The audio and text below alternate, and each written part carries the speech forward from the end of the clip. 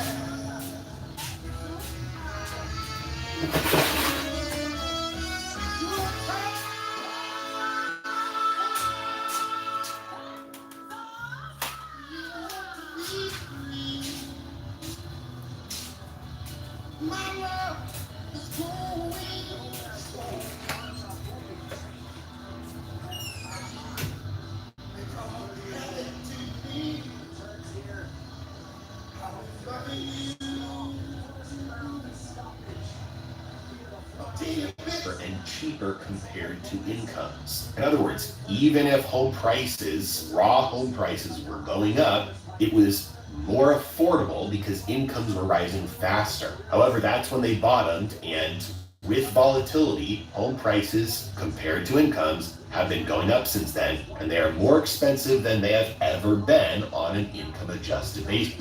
If there's a question of my heart, you got it.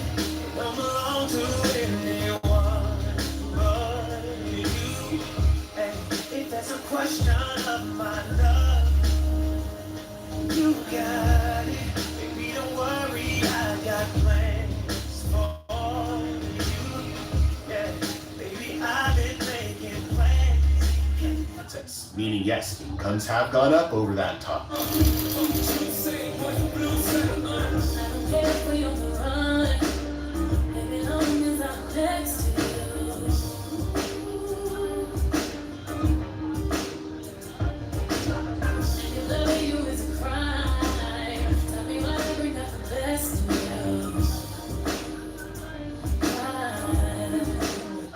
House prices have gone up more. Now you'll see some people.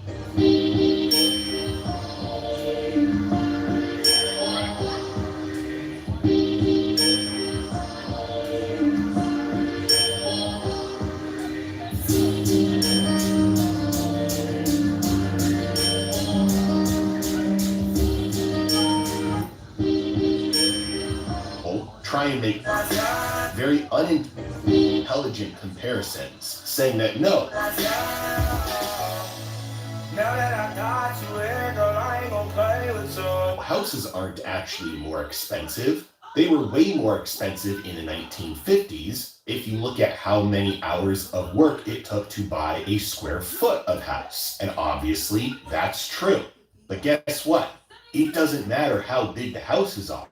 It matters what the entry price is, what the threshold is for getting into a house. It's no secret that houses have gotten a lot bigger. But that doesn't help the person who's trying to buy a smaller house. That doesn't help the person who's just trying to get their foot in the door, literally and figuratively. The fact that houses have gotten bigger, and therefore it doesn't matter that they've gotten more expensive, is ludicrous. Anybody who's struggling to afford a home would prefer to be able to buy a home rather than just feel warm and cuddly because, well, at least the people who can afford the homes have bigger homes.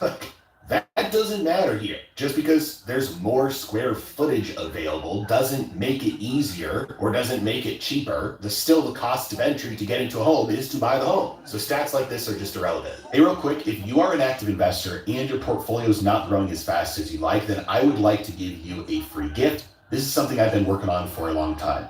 My team and I put together a portfolio stress test. We looked at the top 6 risks that people are exposed to in their portfolios, many times without even knowing it. And most importantly, what you can do to fix it. So we built this really cool questionnaire quiz on my website where you can input all the information about your portfolio, your investing goals, and then it's going to spit out for you a customized blueprint that shows you where you're currently at and what you need to do to get to the next level. So no matter what is holding your portfolio back and no matter what risks you're exposed to, maybe without even knowing, I want to help you find and fix your vulnerabilities, again, completely free. Once you go through this little 1-minute questionnaire on my website, it's going to send you a customized blueprint to your email, PDF you can download, you can keep it forever, and that's going to give you access to all of my courses. I've created literally hundreds of hours worth of educational content that I used to sell for hundreds, sometimes even thousands of dollars. This is now my free gift to you. You can access it 100% completely free of charge.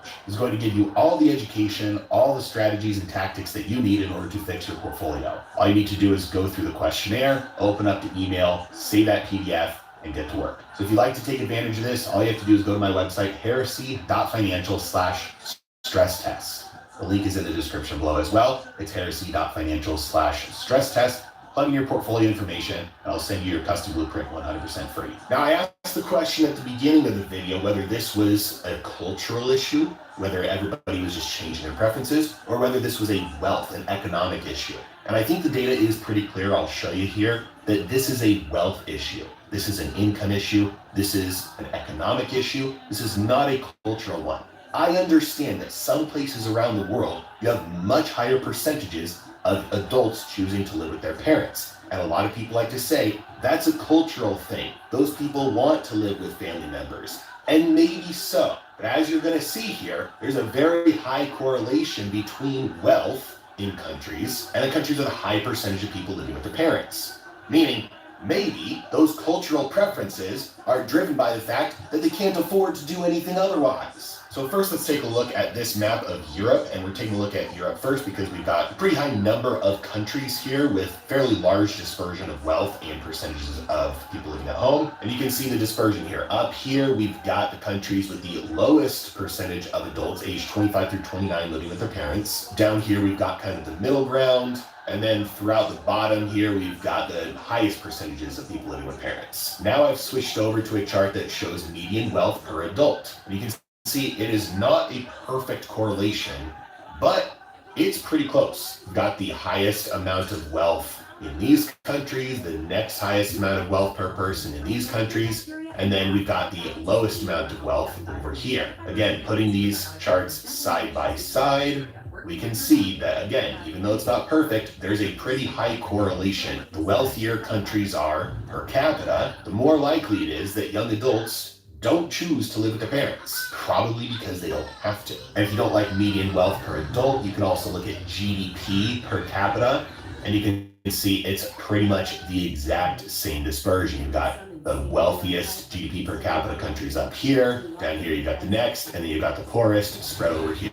Again, pretty much the exact same dispersion. So that's just Europe, but how does this look across the globe? Because European countries tend to have pretty similar cultures, at least when you compare it to the cultural differences around the rest of the world. This is the chart that shows median wealth per adult by country around the world. You can see the richest countries, you're going to see it in Europe, you're going to see Canada, the United States, and Australia, and then over here in Japan. We have the highest concentration of poverty in Africa, over here in Asia, and then a little bit in South America as well. Now, this is the chart that I put together that shows the percentage of young adults living with their parents. Now, just a quick note about this chart.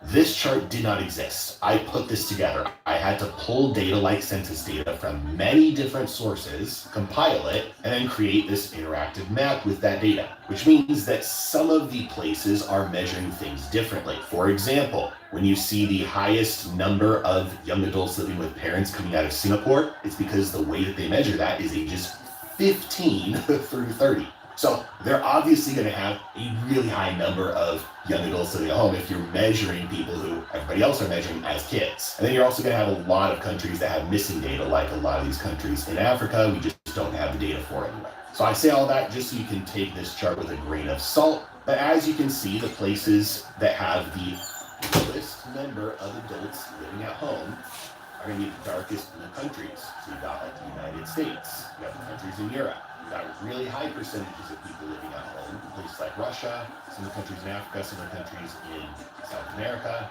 some of the countries in Asia.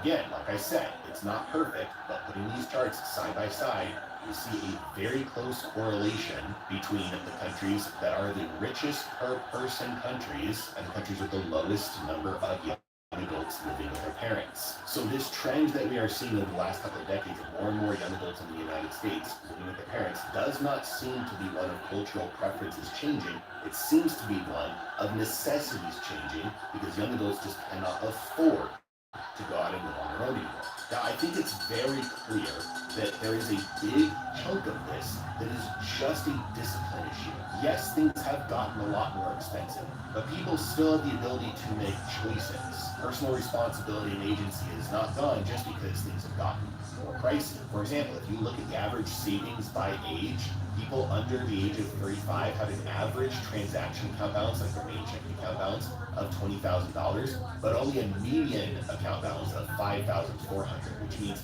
this $20,000, since it's average, it is heavily skewed by the people who have the most amount of money. The median is a lot more close to reality for the vast majority of Americans. And $5,400 in your checking account is maybe for most people enough to last 1 month, meaning most Americans, most young adults, are spending everything they earn. Anything that comes in goes out. There's not a surplus that's being accumulated. Now at this point you might be thinking, well, that's still just because everything is too expensive. I'm going to show you a couple things here that looks like, hey, well, if you make different choices, you have different outcomes. For example, today, 78.8% of Americans use delivery services for food. The average American spends $35 per order and orders food from delivery services almost 4 times a month. They spend over $1,500 on food annually. You can see the breakdown by state, and you can see places like Arizona and New York and California and Texas, and these states that are green have the highest rates of spending on food delivery services. And I picked this out specifically because when you order food from a food delivery service, not only are you paying somebody else to buy your groceries for you, but you're paying somebody else to turn those groceries, those ingredients, into edible food, into recipes, into meals for you. And not only are you doing that, but you are also paying somebody to go deliver it to you, to go drive over there, pick it up, and drop it off at your door. If you eliminate the expenses of having somebody go drive and personally deliver your food to you, and paying the expenses of having somebody actually make your meals for you, all you're left with is the cost of the actual ingredients. And if you are strapped for cash, if you are not able to afford things, if you are feeling like you're getting left behind, you have no business living like a rich person, paying other people to do those things for you. It makes much more sense to buy the ingredients yourself, meal prep for yourself, and save that money. Now, I know it sounds like I'm playing both sides here. I'm going to do it again because it's not like across the board. Young people.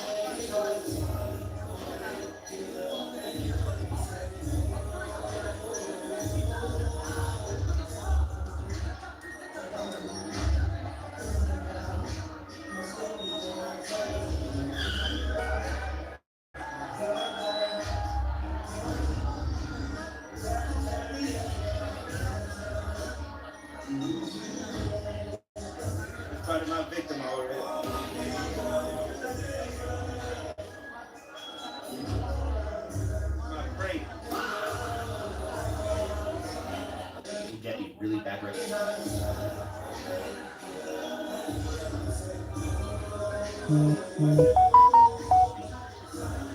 from old people for just spending money willy-nilly on luxuries and things that old people say, you know what, I didn't buy any of that stuff when I was young. I saved all my money and I just put it to work and I bought a house and I built it myself and I just, pulled myself up by my bootstraps. And part of that perception is because a lot of things that used to be very expensive luxuries 50 years ago, today. Okay, no, I have to say that the one thing that pisses me off the most about being single and pregnant, aside from the whole, being single and pregnant, is literally when I finally confide in somebody and like,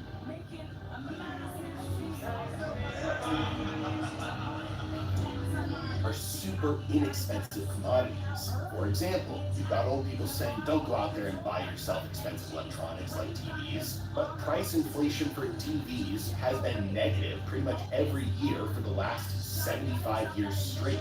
That's too much. How much does it cost a month to date a baddie? So if we do a weekly blowout, $120. If she goes to like an event once a week and gets glam, that's like $150.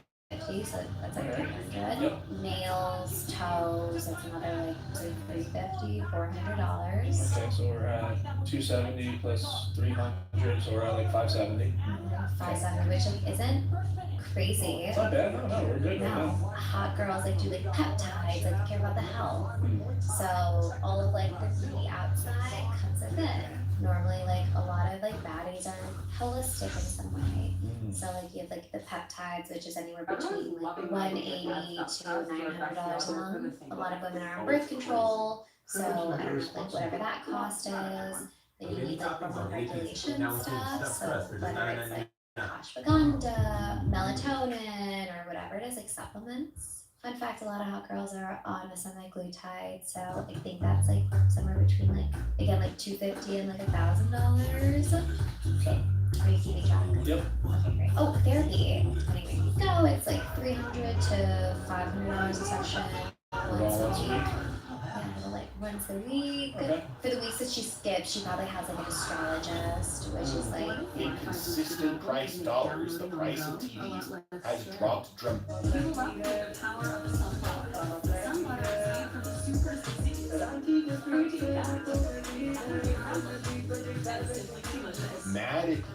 For almost 100 years. This means that between 1950 and 2026, TVs that cost $1,000 in the year 1950.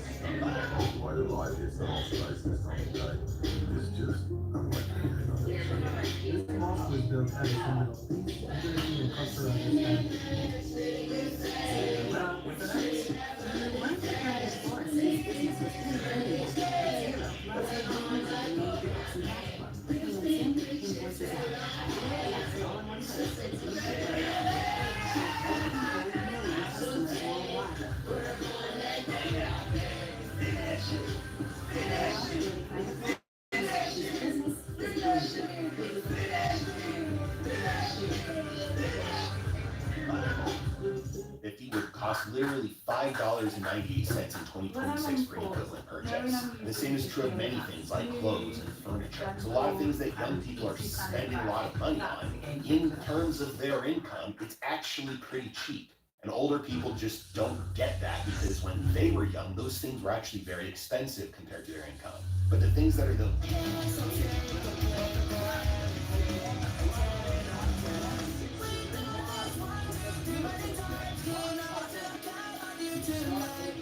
Who the fuck is them, nigga that? Backstreet niggas? Red Hot Chili niggas? They not fooling me. I know it's a switch in that car. And I don't know about the rest of them, but that first nigga, he look like a nigga that really is. I'm gonna get him. If you I think wrong, I'm gonna rip your ass.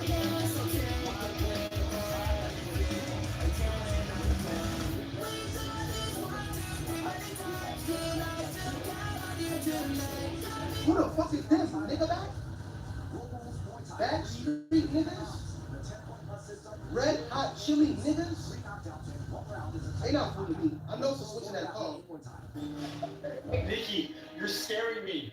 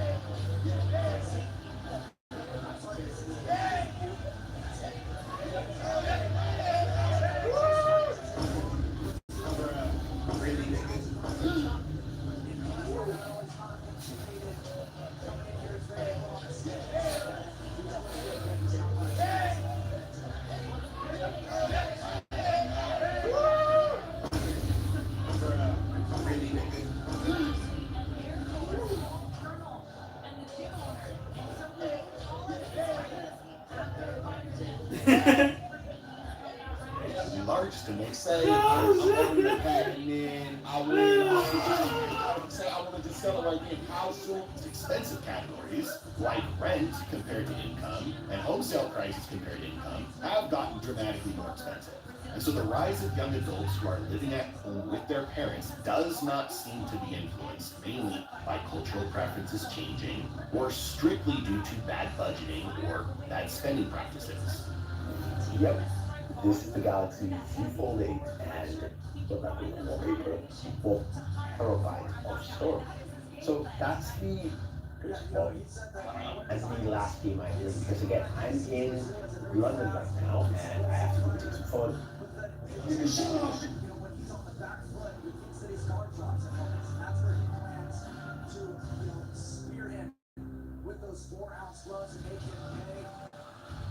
And we are live. Welcome to a beautiful Friday morning here in the United States, across the world, wherever you are. I hope you're doing well. We have a major drawdown. A Bitcoin is selling off right now for a key reason, something that's actually happening today, and I will get into exactly what the mass exodus on Bitcoin is being caused by. We also have some interesting movements happening within the BlackRock IBIT Bitcoin ETF. That should tell you everything you need to know. And a major lawsuit has just been announced against one of crypto's longest standing exchanges. So welcome to Thunderdome. I'm feeling good. My name is Drew, and I will be your captain on this voyage down to the depths where we find out where Bitcoin's support level actually is. We're sitting around $63,700. Morning. Very spectacular morning. God, I know TJ was in and out of shorts this morning, and thank God I closed before I went to sleep last night. Essentially looking for Bitcoin to make a move. And you know what? I called this down resistant. I called this in the school on Monday. This is the downward resistance that has been on Bitcoin for quite some time, over the past week and a half. And got long, killed it right before we hit this trend line, went to sleep, slept like a baby, and woke up, and boy howdy, the BlackRock insiders chosen violence on the giants. But there's a lot to cover on today's episode. Good morning, everybody. Happy Friday, Mike. Pitbull, what do we got? Chris Braun, Steve-O. Good to see you, buddy. B Riser, BZ Fat Cat, all the peeps. Now let's get into the news. But really, what's driving the news is going to be, kind of felt on these charts here. Let's go to point market cap. Check out how we're looking on the larger crypto market at the time being. So, as I said, 63.7 on Bitcoin. Ethereum now getting further away from that 1900 mark, proven as a point of local resistance. BNB, $558, coming near that $500 level that I keep highlighting on this show. XRP still above $1, but it's getting dangerously close. We're going to see some crime ended here at the dollar level if XRP keeps sliding. And who's winning? You know what? Let's look at the top gainers and winners for the day. Dare this thing, Beach Token, has still been running. Probably going to end up being something similar to DEXE. Meme Core running after a 57% drawdown on the month, and Monero still holding in the mid $300 mark. That's a good sign. Tron looking steady, Fred. Tron likes to pump while the rest of the market dumps. Interesting token indeed it is. Aster making a comeback, but only up by 1% on the month. So really just trying to make up for lost ground there. Let's take a look at the losers. iCoin. I totally forgot I have iCoin. It's dying though. It is dying. Down 30%, 35% on the month here. Jito. I like Jito. And you know what? Jito's actually something that I investigated within our. So here's what I've been doing. For the last month, maybe a few months, I've been putting together a massive amount of educational resources that are about to go live within our school. And Solana's ecosystem, obviously an easy place to pick apart what value capture actually looks like, tokenomics, things of that way. And Jito actually looking pretty good. Now, World Liberty Financial, a lot of volatility with the Clarity Act making its way into World Liberty Financial. And I have no interest in really touching this token just on the political nature of it. But Sky token, I do enjoy. I do like the metrics I'm seeing in Sky. Lighter with a nice pullback as well. So nothing too crazy really for alts. I think really the crazier feeling right now for everyone is on Bitcoin. This massive drawdown. Let's find out why. Let's take a look. Bitcoin ETF outflows snapped a 7-day inflow streak. Bitcoin Exchange traded funds broke their 7-day inflow streak overnight, reporting a $225 million outflow on Thursday. BlackRock's IBIT accounted for the majority of those outflows with $202 what? dollars worth of Bitcoin. LeBron wanted to ETF reunite set up with now. Kyrie Just on a random look at this. Oh, Potential shit. impact on social value. You can see, and I called it, we had too much fun, there was too much green for a bear market, and What? turbulence What the fuck was just happened? likely ahead. Said this LeBron's literally going in 76 school, and here we are, turbulence heading into the What? weekend. I didn't figure of more Trump crash outs, just looking at the overall data. And there we have it, a $225 million outflow, and you can see the weakening pressure. And really, this outflow that we're measuring from yesterday is even almost larger than the biggest inflow that we had.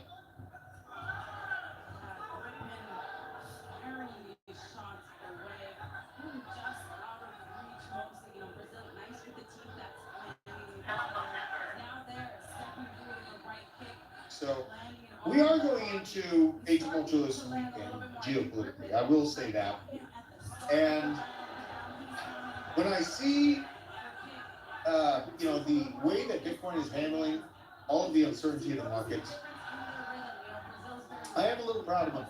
I'm proud of my boy, Bitcoin, because there's a lot of people that were expecting a deep guttural fall into the low 50s, maybe even lower already from the war with Iran not being settled. It's getting hotter and heavier over there in the Middle East sector. So, I definitely, as my favorite saying goes, we are not out of the woodwork yet. We are not out of the woodwork yet. Now, there's a reason why I think we're seeing a lot of these BlackRock ETF outflows. BlackRock just started liquidating all crypto ahead of Trump's emergency announcement today. They dumped $200 million for Bitcoin in 5 minutes. Jeez. And nonstop selling even more this morning, and it's highlighting the likelihood of an emergency announcement. Now, this is labeled as an emergency announcement, but it's not. And here's kind of the TLDR on what is supposed to happen, what is supposed to be talked about at the Trump announcement or meeting today at around 3 o'clock. He's going to be going over the nuclear energy infrastructure expansion plans for the United States. And let's see what the exact time. Yeah, so 3 o'clock, it looks like it's happening now. This is the roll call calendar here. President's planning to make an announcement on American nuclear innovation. Now, as we all know, Trump likes to go off the rails. He likes to go off the rails, and he's likely going to be talking about nuclear energy and then make a quick slip turn down into talking about nuclear war with Iran. That's just my guess. And the markets are going to be a little bit concerned, right? This is when your grandpa gets drunk at the end of his kind of glory days, and he doesn't have any F's left to begin. So the market's going to be responding pretty aggressively to this. Oh shit! I did not know that. So I am still staying away from the Wall Street trading hours for a reason, but I don't think that What's up, Papa? Where's Bobby at? He's chilling right there on the sofa. They just came from fishing. Man, guess what? Two of them? What? Man, LeBron James. What happened? You guys haven't heard? No, we haven't heard. Here, give the bust the news, LeBron James. LeBron James. Where's Isaiah at? Hold on. Oh no. Where's Isaiah? Isaiah. Damn, why Isaiah? Isaiah. Oh, he left. He left in his bike. Isaiah, I papi. have to call. You're gonna have to call him on his phone. Man, all right, man. Hey, LeBron, guess. All right, you guys want to guess first, or you want me to tell you? No, hurry up. Hurry up. The Warriors. Nah, he went to the LeBron James went to the Philadelphia 76ers. Philadelphia 76ers. With you guys know why? With Joel Embiid, Jaylen Brown, and Tyrese Maxey. Yeah, okay. Yeah, it's okay, cool. I mean, that's a team. For 2 years. That's cool. How much? $8 million. 8? Yeah. 8 million. $8 million for 2 years. Yeah, he's playing ball. That's all. He's retired. Okay, that's cool. Jaylen Brown from the Celtics is there too. Okay, that's good. And then Joel Embiid. Joel Embiid is the MVP. Oh my God, bro! Ain't nobody stopping A those. few years ago. And then Tyrese Maxey, he's good. Tyrese Maxey, the little point guard. He Yeah, averages like nobody 20 some points a game. We got Jaylen Brown. Embiid. Oh no, it's over. Now Brown is over, bro. It's over. Oh my God. But at least we know he's gonna play for a long time. He's gonna play 2 more years. That's 25 years. Yeah. All right. I love you guys. All right, we're ready, okay? All right. I'll tell Isaiah. Yes. All right. Okay, Robbie. Bye.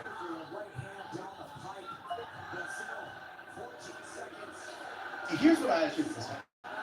So I don't think the manipulation of this 10 a.m. slam is going to stop until you have clarity for crypto here in the United States. I don't feel that. I do think we'll have the Clarity Act come to play and actually get passed in 2027. So what we're seeing right now is, in my humblest opinion, don't come at me, it feels like max extraction by the likes of market makers and Liberty and things of that nature before Clarity Act actually comes to pass in 2027. So you can expect chaos, you can expect the beatings to continue until clarity improves here in crypto. Now, there has been, I want to say, it's important to Allstate. That's why we have a plan to honestly, protect just about anything, like this car. it's almost like the 13th day of bombing is turned into a Christmas carol for the Trump administration. Now we're going on the 14th day of bombings. B1 bombing talked about dropped 2,000-pound bombs on Iran overnight.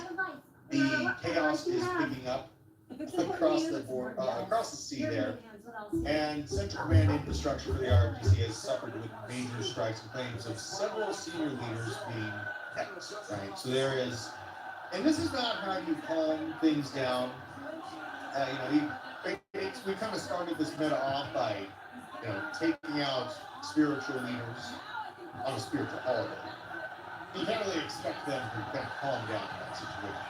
You just have to expect this is absolute thunderdome. Yes, war is indeed money. Let's see, I'll go through the chat.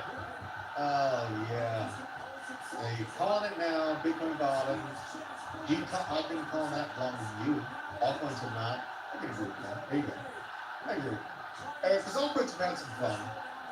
But, there's still room to grind in the low 50s for Bitcoin. There is absolutely still room for Bitcoin to grind down the low 50s in this 4-year cycle. Now, I want to go to this. Bitcoin divided by Apple. This is a very interesting number.